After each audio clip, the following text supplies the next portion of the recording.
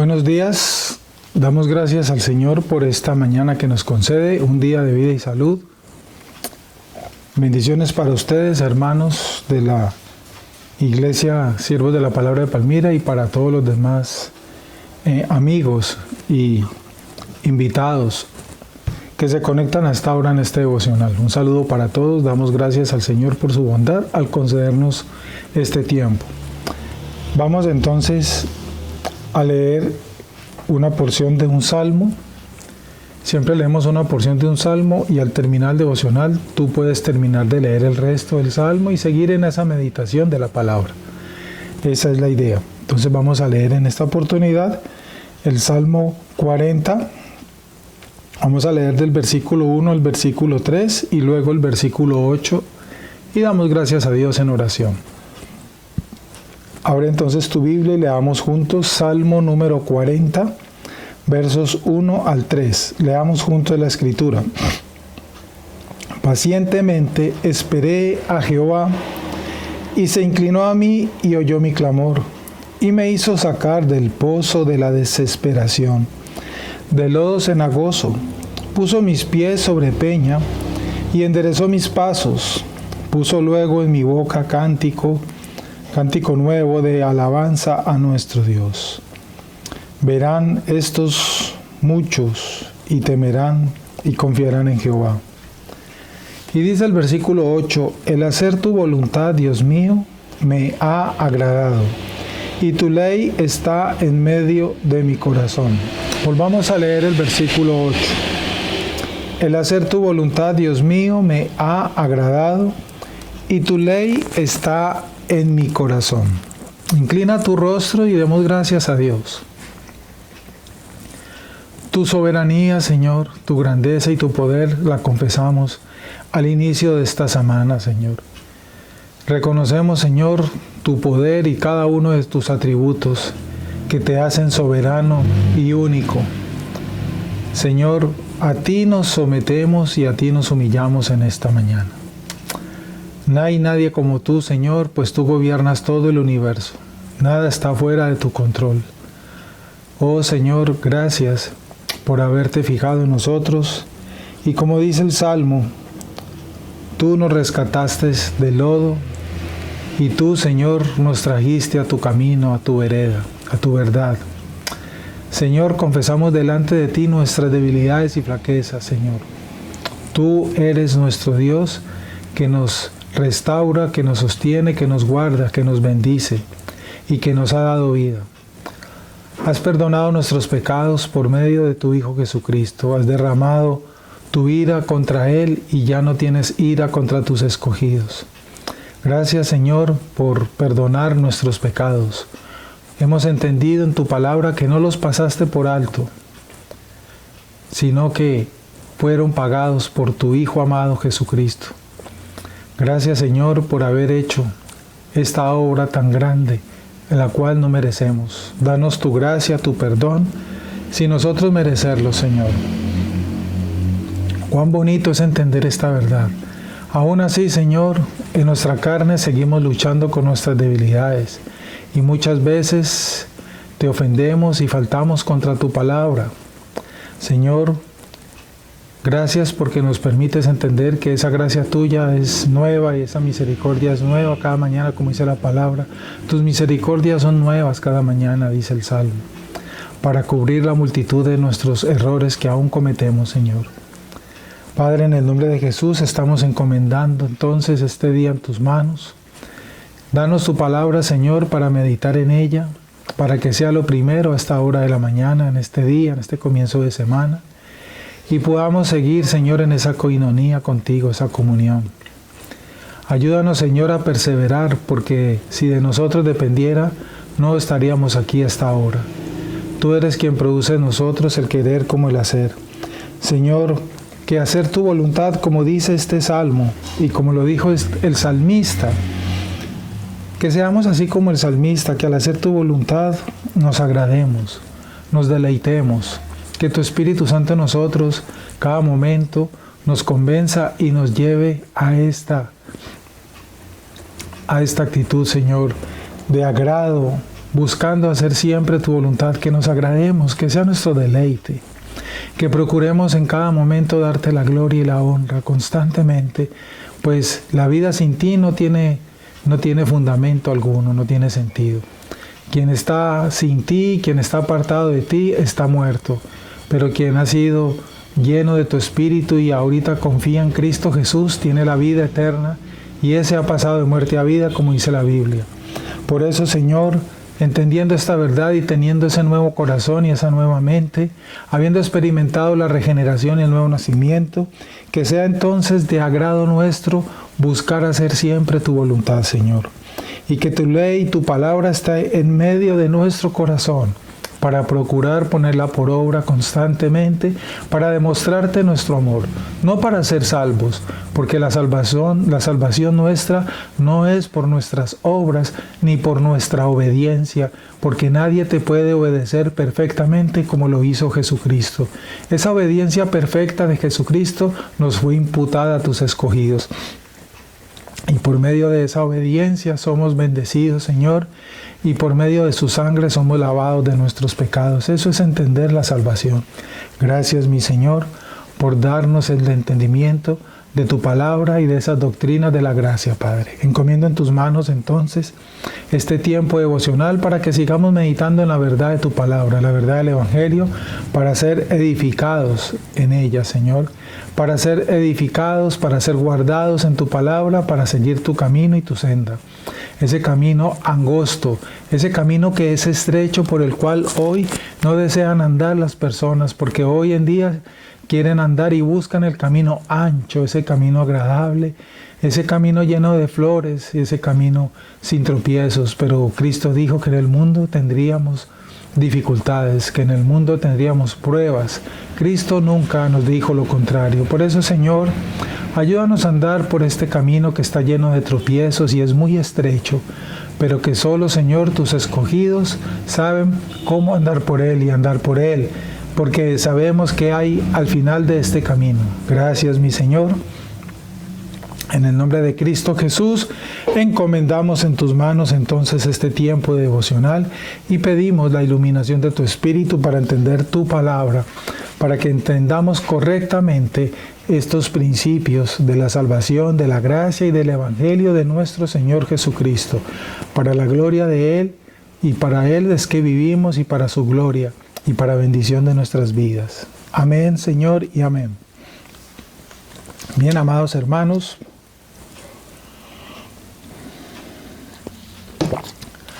vamos a continuar en esta oportunidad para profundizar un poco. En esta semana vamos a meditar acerca de cómo es esa regeneración, ¿cierto? Y entendemos de que la regeneración es permanente. ¿Qué significa entender y qué significa decir que la regeneración es permanente? Recordemos que el nuevo nacimiento trae consigo una regeneración, y la palabra regeneración es clara en su mismo significado. Una vieja naturaleza que teníamos nosotros, que tiene el hombre, es hecha nueva, por eso se llama regeneración, una nueva generación, porque esa generación con que nacemos todos los hombres está corrupta, está descompuesta, está muerta, está dañada, como lo hemos explicado, y por eso el nuevo nacimiento, que es la obra soberana, la obra sobrenatural del Espíritu Santo, produce esa nueva persona, ese nuevo corazón, esa nueva mente, para buscar, para temer a Dios y para agradarle a Él. Entonces, esa regeneración que se produce en el nuevo nacimiento no es intermitente, ni se acaba, se destruye y el Señor necesita volverla a hacer. Vamos a explicar eso. La regeneración es permanente. Cuando Dios lleva a cabo nuestro nuevo nacimiento espiritual, Él no permite que nada extinga esa vida.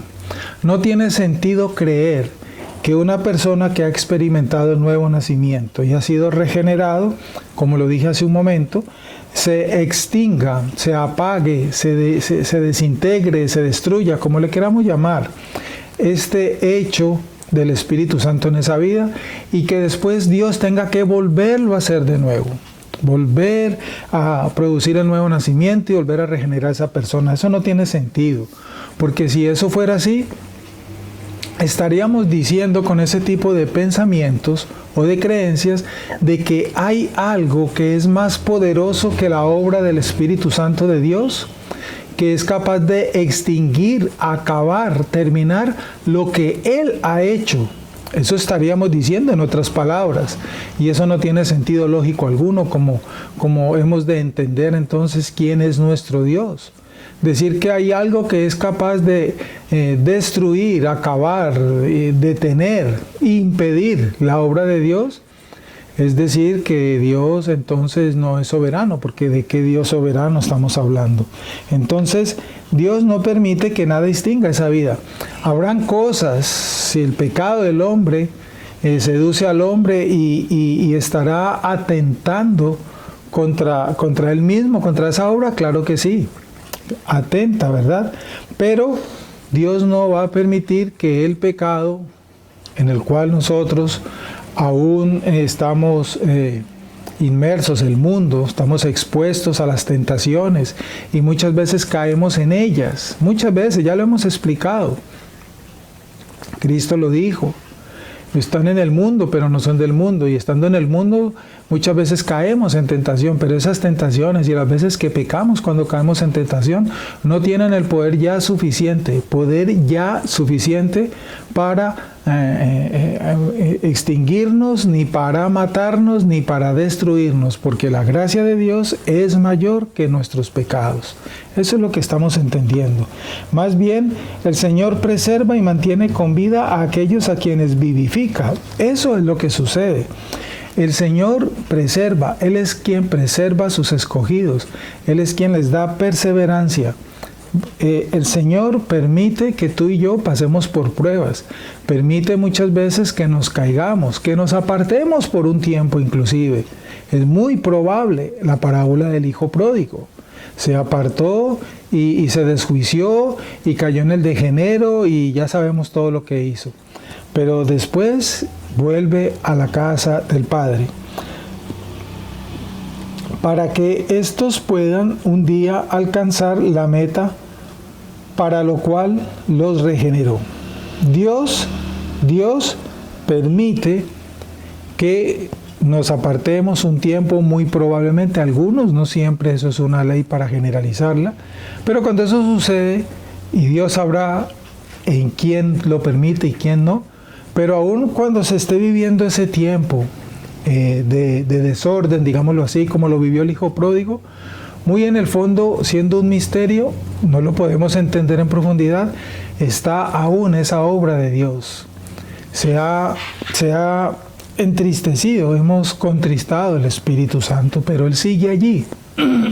Entonces, el Señor sabe hasta cuándo, digámoslo así, hay un límite, Él lo conoce todo, lo sabe todo, y Él no nos deja ir más allá del límite de nuestras fuerzas, reargulle con su Espíritu. Eso fue lo que experimentó el hijo pródigo, fue reargüido, fue convencido por el Espíritu. Ese momento en que el Espíritu reargulla al hijo pródigo, lo convence de nuevo, entonces aviva, trae consigo el arrepentimiento, pide perdón, se arrepiente y regresan de su Padre. Eso es lo que hace el Señor con nosotros.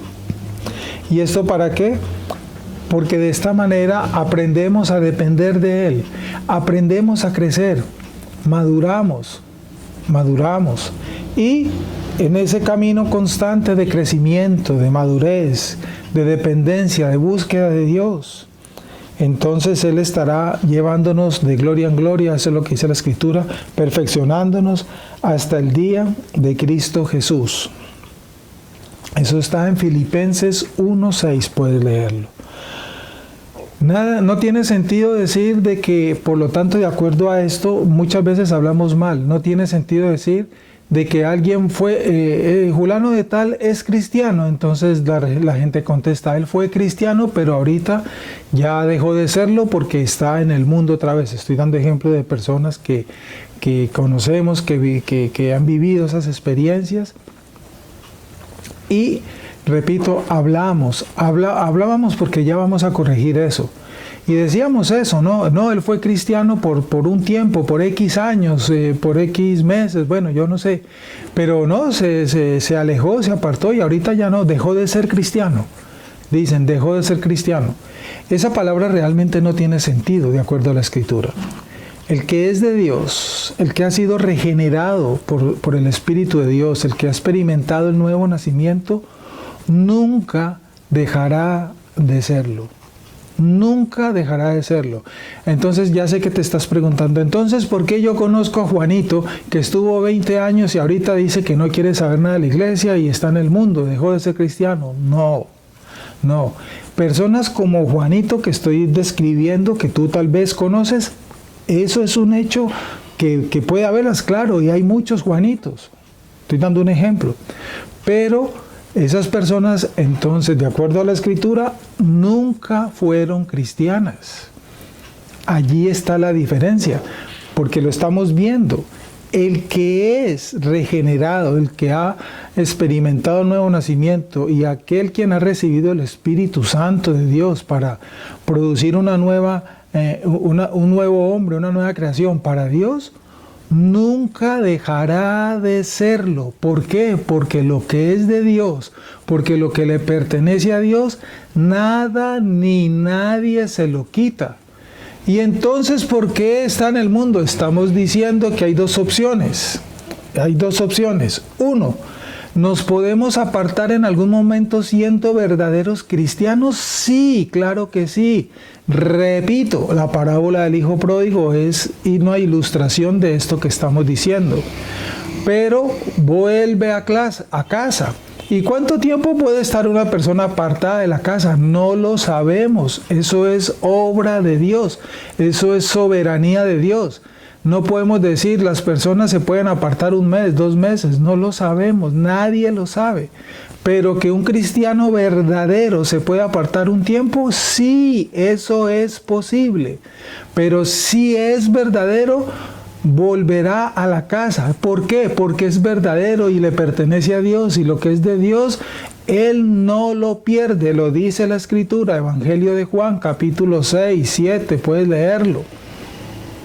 Ahora, pero conocí a Juanito que estuvo un tiempo largo y se apartó y se murió apartado. ¿Dejó de ser cristiano? No, Juanito no dejó de ser cristiano. Juanito nunca fue cristiano. ¿Y por qué se apartó? Porque nunca lo fue. ¿Y por qué estuvo un tiempo en la iglesia o en el cristianismo?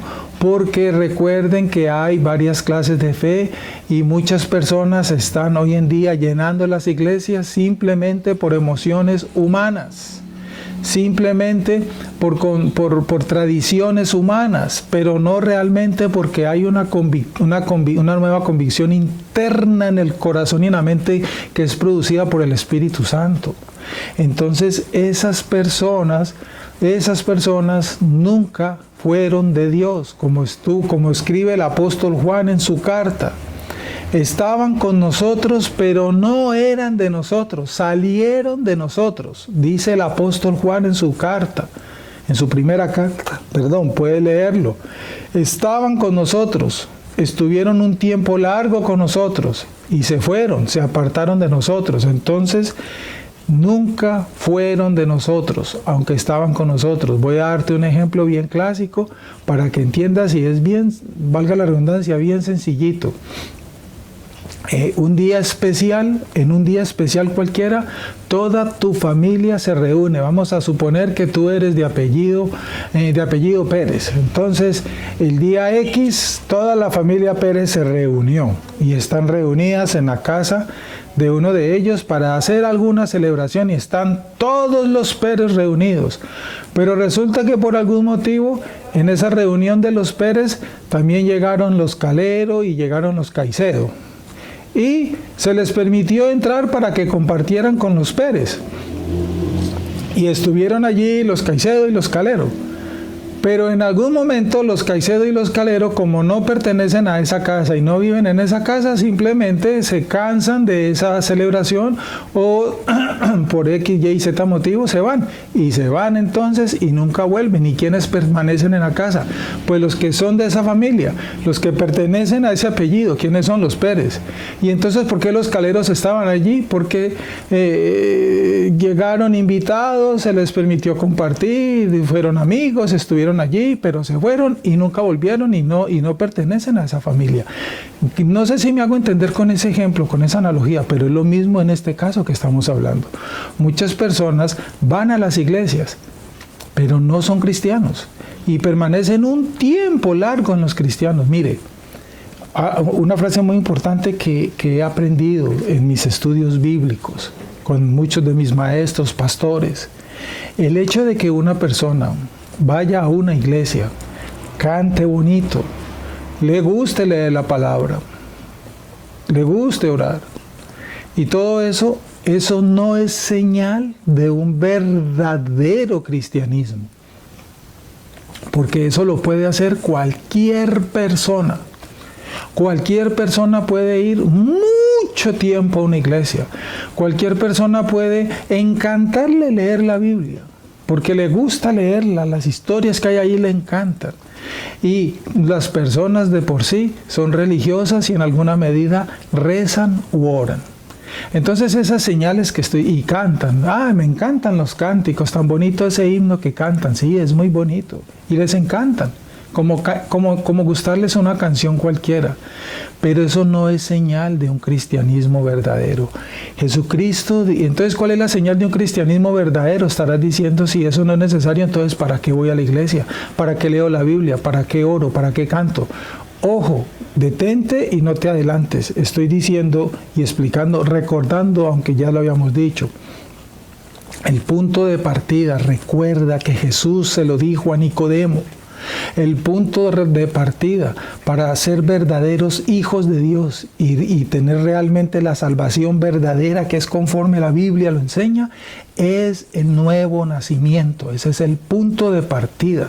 El punto de partida no es ir a la iglesia y empezar a cantar. No, el punto de partida es nacer de nuevo. Jesús lo dijo. Jesús le dijo a Nicodemo: Nicodemo, es necesario nacer de nuevo. Por lo tanto, es bien clara la palabra de Cristo en ese momento y es lo que estamos explicando aquí. Entonces, cuando una persona nace de nuevo, el Espíritu Santo en él lo regenera y esa regeneración es permanente, como lo estamos viendo. Aunque se aparte un tiempo, volverá. ¿Por qué volverá? Porque es de Dios y Dios no lo va a dejar perder. Entonces el Espíritu Santo produjo una nueva convicción, da el don del arrepentimiento y se arrepiente de sus pecados. Y somos salvos por arrepentirnos, por creer en Cristo. Por eso somos salvos. Entonces esa persona es cristiana. Ahora bien, el Espíritu Santo dentro de esa persona, además de convencerla de sus pecados para que se arrepienta, porque sin arrepentimiento de pecados y sin la confesión de Cristo y el lavamiento de la sangre de Cristo, pero con esa convicción sincera del corazón, nadie podrá entrar al reino de Dios. Jesús lo dijo: nadie puede venir al Padre si no es por mí. Jesús no dijo: nadie puede venir al Padre si no es cantando. Jesús no dijo: nadie puede venir al Padre si no ha hecho la oración de fe. Él nunca dijo eso. Él no dijo esas cosas. Jesús no dijo: nadie puede venir al Padre si nunca ha estado tantos años en la iglesia tal. Él nunca dijo eso. Lo que sucede es que, de acuerdo al contexto bíblico, un verdadero cristiano pertenece, se congrega en una iglesia. Sí, eso es verdad. Eso es una verdad bíblica que nos lo enseña la Biblia. Si yo soy un cristiano verdadero, debo estar en una iglesia. Pero quien está En una iglesia no necesariamente es un cristiano verdadero. ¿Por qué, pastor? Porque reitero, cualquier persona puede ir a una iglesia. Y a una iglesia van entonces, en conclusión a esto que estoy diciendo, si has entendido, a una iglesia van los cristianos verdaderos y los cristianos que no son verdaderos. Bueno, a esos no se les debe llamar cristianos. Personas que no han nacido de nuevo. Más bien digámosles así, repito, de acuerdo a lo que estamos diciendo, a una iglesia van, es más, no van. En las iglesias hay, ojo a lo que estoy diciendo, hoy, a esta hora del día, las iglesias están conformadas hoy por pecadores, primero que todo. Segundo, entre ese grupo de pecadores hay cristianos verdaderos, hijos de Dios, que están luchando con su pecado, están creciendo en santidad, en madurez, y están perseverando y perseverarán, porque Dios coloca la perseverancia. Esos están en la iglesia, pero también hay en la iglesia hoy personas que no tienen nada que ver con el Señor, no han recibido un nuevo nacimiento, no se han arrepentido, viven vidas dobles con moral doble y les encanta ir a la iglesia y viven y se mantienen en las iglesias. ¿Y eso puede ser posible? ¡Claro que sí! ¿Y cómo lo puedes demostrar? La Biblia nos lo enseña. Voy a darte el ejemplo más grande y poderoso de esto que estamos diciendo. ¿Con quién estuvo Judas? ¿Con quién cenó Judas? ¿A quién escuchó Judas? ¿A quién por un tiempo X en alguna medida sirvió Judas? ¿Y hasta qué punto llegó y alcanzó Judas? Pregunta. Si ya has entendido lo que acabo de decir, Judas era verdadero apóstol, discípulo de Cristo, en el sentido de, vemos el final de los apóstoles, tú ya sabes la respuesta. Ahí te lo estoy demostrando como ejemplo, y muchos más ejemplos podríamos dar. Judas estuvo en la mejor iglesia, estuvo con el mejor pastor de todos los pastores. Judas escuchó el mensaje más perfecto porque nadie ha interpretado la palabra de Dios como Cristo. Él es el mejor expositor de todos los expositores de todas las épocas. Ninguno como el Señor Jesucristo. Nadie predicó como Él. Judas vio hacer los milagros que nadie jamás ha hecho ni podrá hacer. Los que vio hacer de Cristo. Conclusión, Judas estuvo en la iglesia, en la mejor iglesia, digámoslo así, del mundo, pero no perteneció jamás a esa iglesia. Por el contrario, se condenó. Creo que estamos entonces entendiendo. Entonces, la regeneración es permanente. Debo evaluarme de acuerdo a lo que hemos meditado en este tiempo, amados hermanos y amigos. ¿A qué te invito? Y entonces, ¿cuál es la conclusión de este comentario? ¿Recuerdas? Lee Juan capítulo 3 y Filipenses 1:6. Ahí puedes condensar lo que hemos meditado en este momento, que la regeneración es permanente. Entonces, de pronto estés sintiendo incertidumbre, pregunta, inquietud, duda, de si yo soy o no soy, porque yo estoy yendo a la iglesia, ¿cómo hago para saber si soy verdadero o no? Eso es muy sencillo la respuesta. Primero, sigue yendo a la iglesia, porque escucha esta frase: para ser salvo no necesito estar en una iglesia. Para ser salvo no necesito estar en una iglesia, porque el ladrón que estaba crucificado a la derecha se salvó ese día en el Calvario, se salvó y nunca tuvo la oportunidad de ir a la iglesia. Pero, escucha bien y abre los oídos, pero la Biblia me enseña que si soy salvo verdaderamente, estoy en una iglesia. Escucha el juego de palabras que debe ser bien claro. Para ser salvo no necesito estar en la iglesia. Para ser salvo necesito estar en Cristo. Porque yo soy salvo es por medio de Cristo. Es Cristo quien me salva, no la iglesia. La iglesia no salva a nadie. Por eso es que estamos diciendo eso. Repito. Para ser salvos necesito estar en Cristo. Porque es Cristo quien salva, no la iglesia. Pero Pero si estoy en Cristo y entiendo que soy salvo, entonces debo estar en una iglesia. ¿Por qué? Porque la Biblia enseña que en la iglesia están los salvos, también como están los que no son salvos. Pero los verdaderos hijos de Dios, los que son salvos, los que están en Cristo, están y son y pertenecen a la iglesia. Creo que me he hecho entender. Ojo con la mente rápida que tenemos todos los seres humanos. No, yo tengo claro que estoy en Cristo y soy salvo, entonces no, pues no necesito tanto la iglesia. Ojo que no hemos dicho eso. Ojo con las mentes voladoras. Grábate bien tu frase y mastícala todos estos días. Para yo ser salvo, soy salvo en Cristo. La iglesia no salva a nadie. Pero si estoy en Cristo y tengo mi convicción en mi corazón que sí estoy en Cristo y que soy salvo, debo estar en la iglesia porque allá están los salvos, los que están en Cristo, los hijos de Dios. Eso te va a ayudar a mantenerte en la línea correcta, sin irte a derecha, sin irte a la izquierda, sino por el centro, que es la palabra, que es Cristo. Si somos salvos, debemos pertenecer a una iglesia. Y esa regeneración que el Espíritu ha producido en nosotros es permanente. Permaneceremos siempre, mientras tengamos vida y estemos en Cristo, siempre estaremos en la iglesia del Señor, porque la Biblia enseña que allá es donde se reúnen el reino de Dios, que es la iglesia. Y si tú perteneces al reino de Dios, debes estar en una iglesia.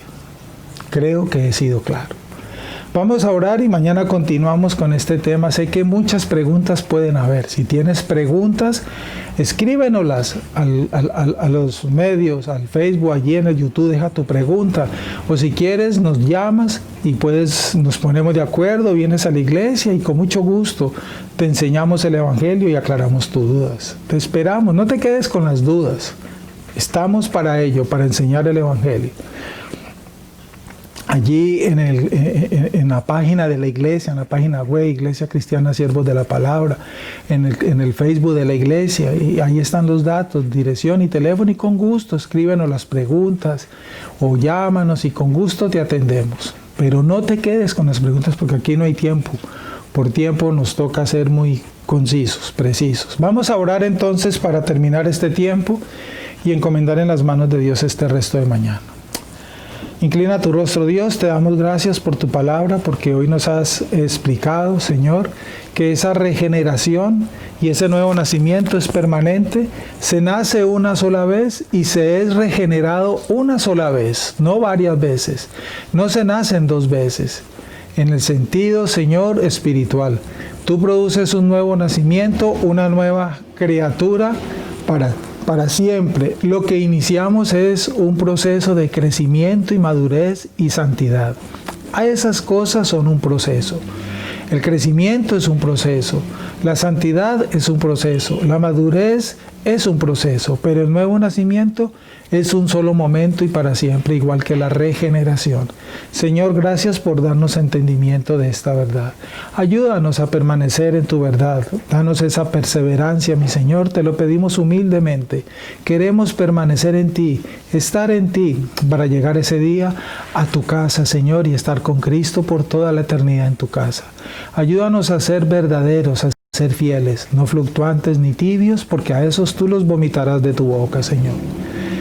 Ayúdanos, Señor, en esto te lo pedimos humildemente. Danos tu bendición y tu permiso para terminar este tiempo.